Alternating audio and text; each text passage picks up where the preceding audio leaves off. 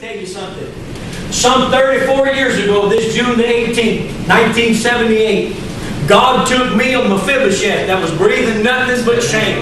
And God took me that was lost in my sin. God took me that didn't deserve any kindness, didn't deserve nothing. I had no name to show for it. I was living in the land of Lodebar. But God looked down and He said, is there somebody down there that I can show my kindness to? And Jesus came like Ziba did. And He came, He was the appointed one. And Jesus was the anointed one. And He came and He gave His life on Calvary. And on His name's sake, God took me in and showed me kindness. Amen. You know what He said?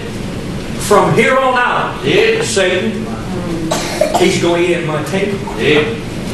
Isn't that something? Brother, I'm glad you got saved. I'm glad I'm saved. From now on, I get to eat at the King's table.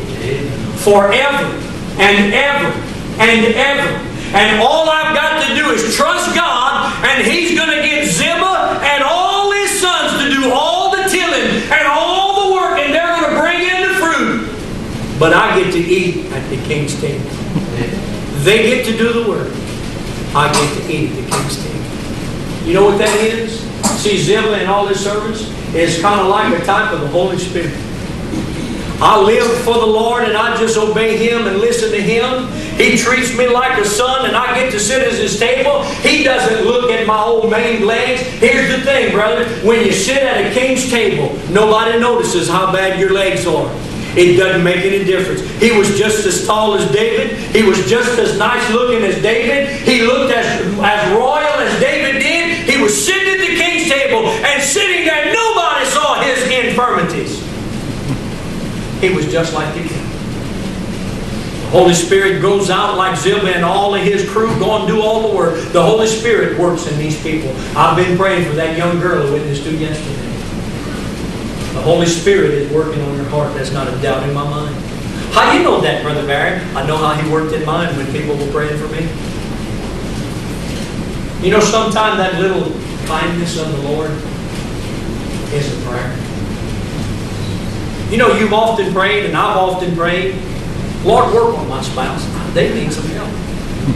And you said, Lord, work on me. If I'm the problem, show me, and I'll change. I'll do whatever I need to do. But have you ever stopped and put all of that aside, once all that was done, and stop and say, Lord,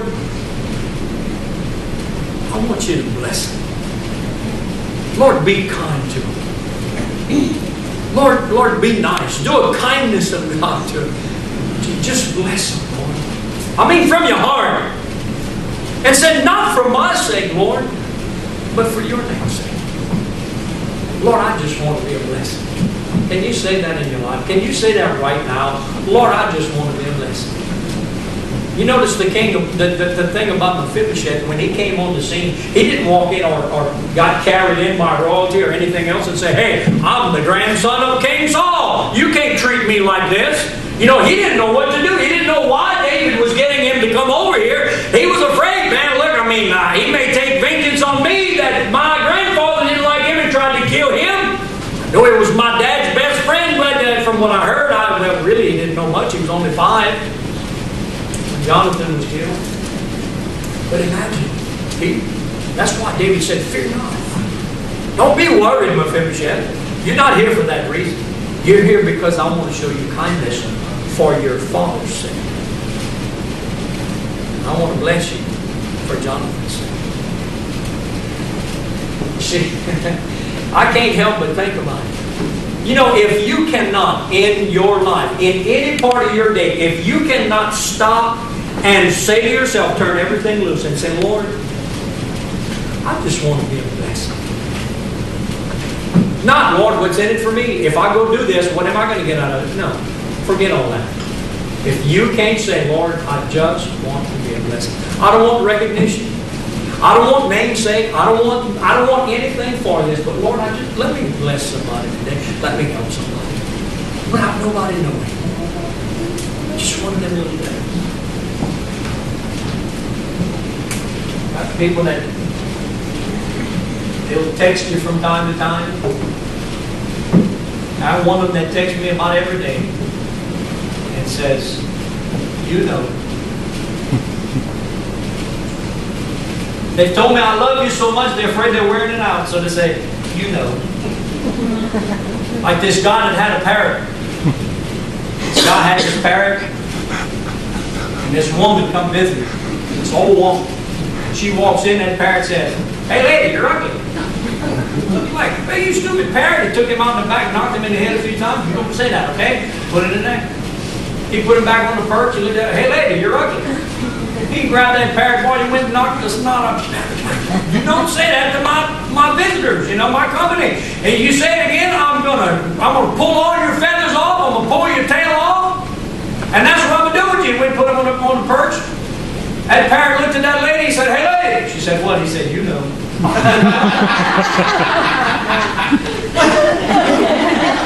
got people that text me, "I love you, Brother Barry." And they think they're wearing it out, and they write to me and say, "Brother Barry, you know." Or, guess what? Like I gotta guess at it. I know. Either I'm ugly or you love me. Verse 11, "Then said Ziba unto the king, According to all that my lord the king hath commanded his servant, so shall thy servant do. As for Mephibosheth, said the king, he shall eat at my table as one of the king's sons. And Mephibosheth had a young son whose name was Micah." Micah means who is like Jehovah? Question mark. So think about this.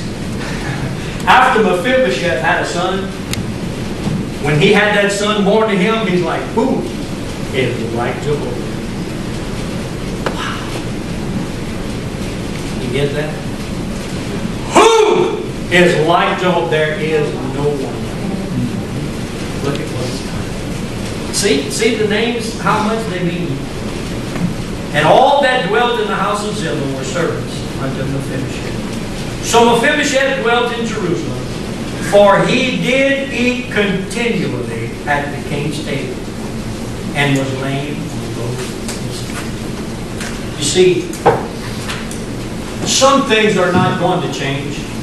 God may not heal your feet, your legs. God may not fix something in your life that you would like fixed. But God is going to show you kindness. And because of that, we need to show kindness to others. You know, He looked beyond my fault. He saw my need.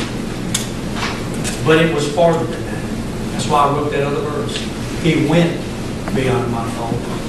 And He met my need. He made me a son. I'm a child of God. So are you. If you're saved by His grace. And I pray that this thought can convey a message in our hearts. That we can find someone to show kindness to. If every one of us were to be honest about it, we'd all have to say, I need revival. Not the preacher. I, myself, need revival. We all do. You're not going to find it without showing kindness, without having the heart for